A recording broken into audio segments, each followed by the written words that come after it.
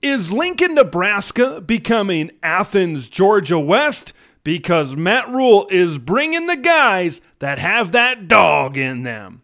Great time to subscribe to the channel if you haven't already.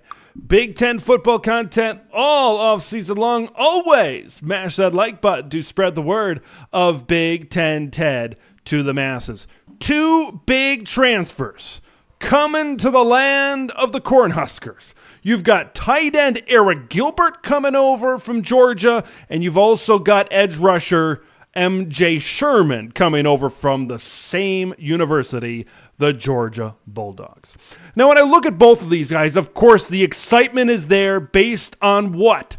Recruiting rankings, based on the hype, based on all the things that you've seen online about Gilbert and about Sherman. But when you really do a deep dive into what these guys have done since they've stepped foot on a college campus, you should maybe temper your expectations just a little bit. Okay, MJ Sherman, although he played in all 15 games this season for the Georgia Bulldogs, he only had 5 tackles. You look at Arik Gilbert, had a good first year in 2020 at LSU, 35 catches, 368 yards, and 2 touchdowns. Since then, at Georgia, 2 catches for 16 yards. Look, I'm a firm believer in the cream always rises to the top. Look, these guys have been playing college football for a few years now. So if the cream rises to the top, why aren't these guys playing at one of the elite universities in the country? And that right there might be your problem. Georgia is the program right now in college football, right? Look at last year. That defense was half NFL players. It might be one of the best defenses that we've ever seen in college football, at least in recent memory. So when you're talking about MJ Sherman, you maybe don't feel bad for him not getting on the field all that much when you had the talent that you had at Georgia. And then you look at Arik Gilbert, you're playing behind a guy like Brock Bowers, okay, the best tight end in all of college football. Like what Georgia's building right now is an NFL draft factory. So maybe that's one way to look at it, but another way is when you've been on campus for a few years, 2 to 3 years, shouldn't you be in those positions? If you're like Arik Gilbert was the number 5 player in the country coming out, shouldn't he be in a position and making more plays, even if it's not a tight end? Like he was listed as wide receiver. This is a guy that can split out, and yet he didn't find a way to get on the football field at the University of Georgia. Kind of the same with MJ Sherman. He was number 33 in the country in that 2020 recruiting class. Look, you can look at it both ways. It kind of depends what kind of person you are. But I know a lot of Nebraska fans are going to be very excited, as they should be, about these acquisitions from a winning program. But you also need to take it and you need to look at it a little bit critically as well. Now, all this being said, I believe these 2 guys are going to come on the field at Nebraska and they're going to be impact playmakers in the Big Ten. I don't think there's any doubt about that. Before I get to that, I want to talk about this being a positive of the transfer portal, because before the transfer portal, you had 85 scholarships. A lot of times you had kids like this, and it was an effect of over-recruiting.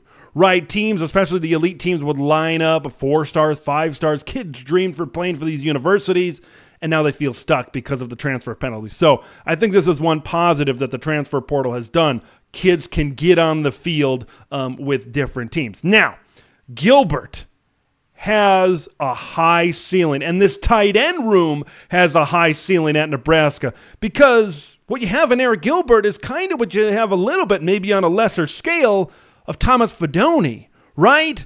Highly recruited, tight end just across the border in Council Bluffs, 4-star type of guy.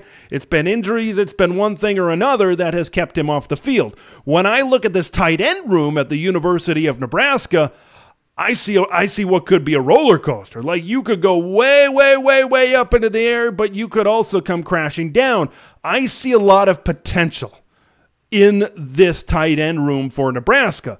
I also see maybe some other things that we've seen in the past from guys maybe creeping back into play. Now, if there's one thing we know about tight ends in this system, you're going to have to know to block. Okay, you can't just be a big pass catcher that comes from a 3-point stance. Okay, if we've learned anything from what we've heard out of the mouths of Marcus Satterfield and Matt Rule, this is a team that wants to line up, they want to be physical, and they want to run the football. And these tight ends need to be dual-purpose guys. They need to be able to block, they need to be able to seal the edge on the outside for the running backs, and they need to be able to go out and be big-time pass catchers in the red zone. They need to be able to do both. Arik Gilbert has the potential to do that. Okay, it's the great unknown. It's the great unknown for a lot of these guys. These are just two more guys in this great Nebraska transfer class. Look at what happened last year. Like, Scott Frost brought in a lot of great players. What did it get you? It got you in 4-8 season. You've got the talent now. Nebraska has the talent. What did Matt Rule say in his introductory press conference? I love developing talent. I love taking talent from their freshman year and developing them into an NFL player when it's their junior and senior year. Now you've got guys that have been on a college campus, and MJ Sherman and Arik Gilbert, for 3 years now. You have the talent. It's time for Matt Rule, and it's time for this coaching staff to take them to the next level. That really is going to be the deciding factor whether these guys are successful at Nebraska or not. It's going to be the development. It's going to be the system, and it's going to be the coaching. Can they take them to the next level? I want to hear what your thoughts are. Do you think these two guys are going to be some big-time playmakers for the Nebraska Cornhuskers next year? Or are they not really going to mesh well in the Big Ten? I want to hear your thoughts in the comments below. Subscribe to the channel also if you haven't already. I'm Big Ten Ted. We will see you in the next one.